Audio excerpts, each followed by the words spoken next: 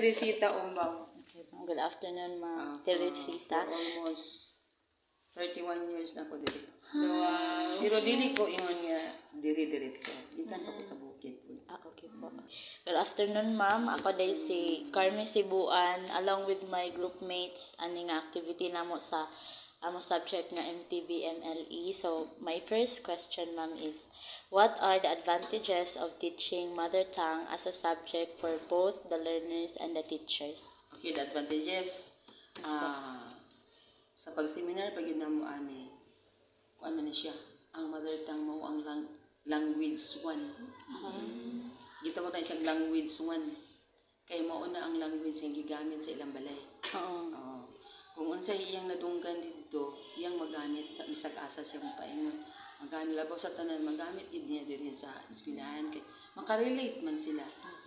Para diri sa Mindanao, ang number 1 diri nga language 1 sa balay, Binisaya. Yes po. Naagip na siya sa eskwelahan. Bisag asa paingon. Pero matupod mo sa Tagalog region, ang ilang language 1 dito, Filipino.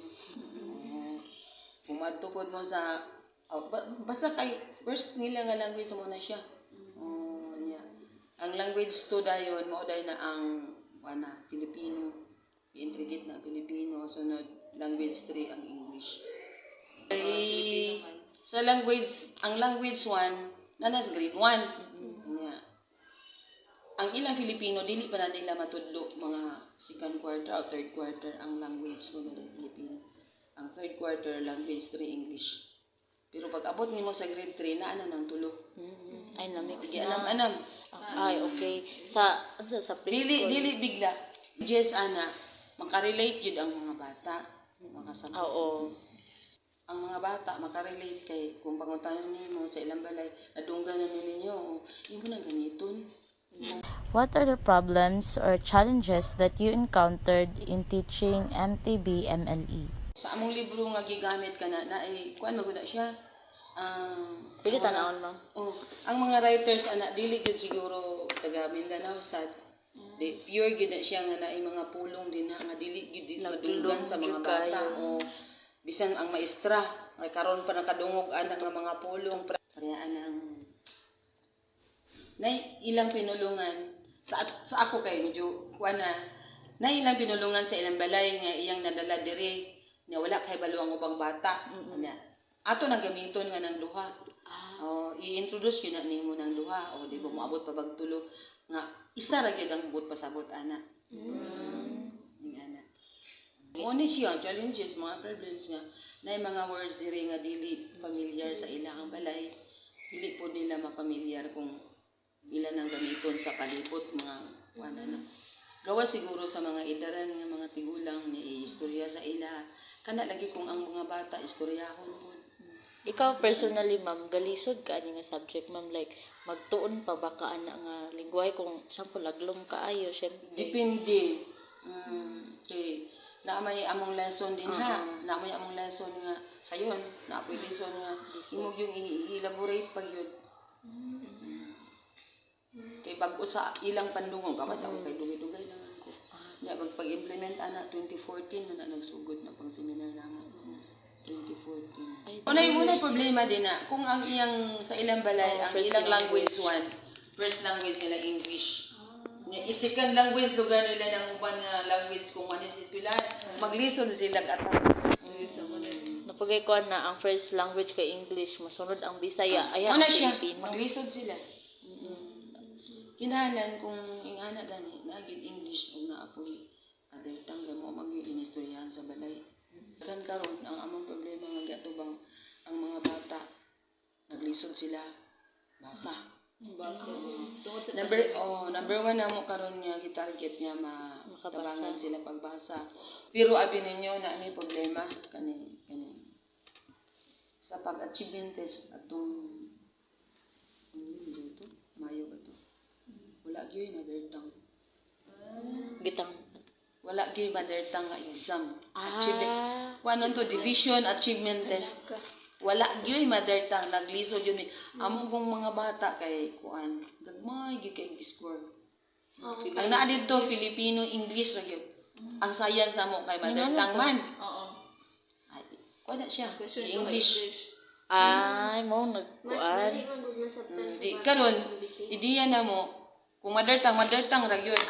Kung science, mag-mother tongue mi pero gi-integrate na mo og sulat din na English. Ay, ma-familiarize karon pa man gi-familiarize nila ang mga words nga English kay inig exam. Uy, kaayo. Nila. Muna karon nga nag-mother tongue mi at the same time nag-English. O, gikuan na ninyo, incorporate. Ngana na lang. Nag-Il1 o nag-Il3. Gimix. Ngana na. Among pagtudlo. Sa mata mo karon Il1 gihapon o English o. Sino Filipino Filipino ra jud. Puro. Nya. What are the solutions created so far to address the problems? Imong i-elaborate pa yun sa ila ang mga langgo, mga Binisaya kay dili man tanan nga mag-istorya ta karon, dili tanan baya pulong atong gigamit sa depende sa sitwasyon, di ba? Ang number 1 ani akong gibuhat, ipahatagan ako sa libro. Individual dyan sila aning Oh, libro. tagsana karon sa karon na face to face. Nya aron matabangan mi sa among mga umrong parents ba. Kay nya kani karon akong hangyo ng mga ginikanan nga mabasa libro kada gabi. Bisag 30 minutes lang at least. Nya kamo ray mag primero pa uyunan sa ang bata nga sige unsa nga subject atong basahon sa atong tun-an ana ta maglisod ug adjust. Teacher, I don't anak mo. Nya daw big mag-lesson mo. I-special siya, explain sa maestra. Ang lisod ikuan man jud i-cater man jud ang bata nga nila. Hindi, ang time sa maestra, My last question is, what are your further recommendations to better achieve the goal of MTB-MLE? Ako kay gusto na ko ipadayon. Ang kuan po, personally, Personally lang. gusto nimo ikuan. Pero sa laing bahin sa ang uban ng mga kauban, kung may mo, wala na. Pero makatabang kayo. Makatabang. Tabang kayo. Ito. Okay, katuloy nga seminar ko sa Davao. Dito sa 2015, mga matulugay. Ito, kuan, taga Manila, ang speakers. Paraan ng kabayan sa naong, kanang naong, ana, mata. Sa may word nga kalambigitan sa mata. Si kalambigit. Anang related ba sa mata? Kalimutaw, bilog, kana. Related ba na sila good? Pero ang mga bata, wakay baluan na. Ay. Grabe kay mata na siya tanan. Oo. Oh. Sa ngalan nga kani mata ni tanan. Ang ilan ay balaan na mata na siya. Sa Binisaya man itong gisgutan. Oh. Sige, mata, kilay, kalimutaw, pilo, kung ana siya. Imo bitang kuan ilat mo lagi kinahanglan lagi ni Puro i-expounding mo. Yung ana siya. Kay kung mo ingon lang kag mata, Magmata. Magsigang wala. Rasinina, bestida, blouse, blusa, short, mga ana. Pero sa ato asinina ra na tanan. Oo. Oh. Pero natin yung mga related. Importante jud na ikuan jud siya i-pursue nga subject, di siya walaon. Kinahanglan, oy. Pag ilis dito sa imo sinina, ang bata ang lalaki na bisin. Kung ang lalaki gauna-una o sinina, babae ra biya. Ay di. Sinina, bestida. Pero ang lalaki gauna-una ang kung sinina, sinina. Pag t-shirt dito, pag short. Diba? Unsay maglibog siya unsay ilisan. Oo. Kaysa nina naman Muna siya tanan. nga. Kinahanglan yun tun-an ang atong kaugalingong language. Language 1 lagi.